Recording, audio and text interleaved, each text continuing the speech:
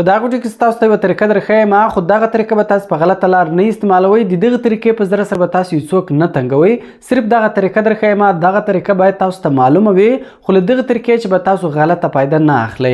نو زه د ویډیو په طرف په ویډیو کې دغه طریقه درښیم. نو دوستان دې لپاره به تاسو اول په خپل موبایل کې دغه اپلیکیشن انسټال کړئ. کله چې تاسو په خپل موبایل کې دغه اپلیکیشن انسټال کړئ په دغه اپلیکیشن کې به تاسو دغه دوه اپشنونو ته پرمیشن ورکړئ. دغه اول اپشن ته به تاسو پرمیشن ورکړئ او دغه دویم اپشن ته به تاسو پرمیشن ورکړئ. کله چې تاسو دغه دوه اپشنونو ته پرمیشن ورکړئ نو دغه اپشن به تاسو ته د موبایل په سکرین باندې درکړي. نو اوس زه غواړم مثال یو چاته په واتس اپ یا مسنجر باندې په یو وار باندې 2000 مسجان ورولېږم. نو سمپل ګور تاسو واتس اپ یا مسنجر خلاص کړئ. دلته د هغه کنټیکټس راواړوئ. اوس مثال دغه کس ته غواړم چې په وار ډېر مسجان ورولېږم. نو دلته به تاسو اول واري بټن کې جنریټوئ. بټن به کې جوړوئ. ګور دا جمع بټن څه لیکلی دی. په دې جمع بټن باندې کلیک وکړئ. اول بټن یې درکړئ. د اول بټن زه په اچ دروم. زه مثال دلته های ورلېږم. بیا دویم بټن راخم. په جمع بټن به کلیک وکړئ. دویم بټن یې درکړئ. دا دویم بټن زه په آی دروم. بیا جمع بټن کلیک وکړئ. دا دریم بټن زه په سند بټن باندې دروم.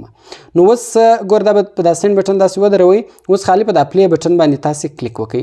کله چې تاسو په دغه پلی بټن باندې دوستانو کلیک وکړئ نو ګور دوستان تاسو کتلی سئ چې هغه میسجان به په خپله شروع وي.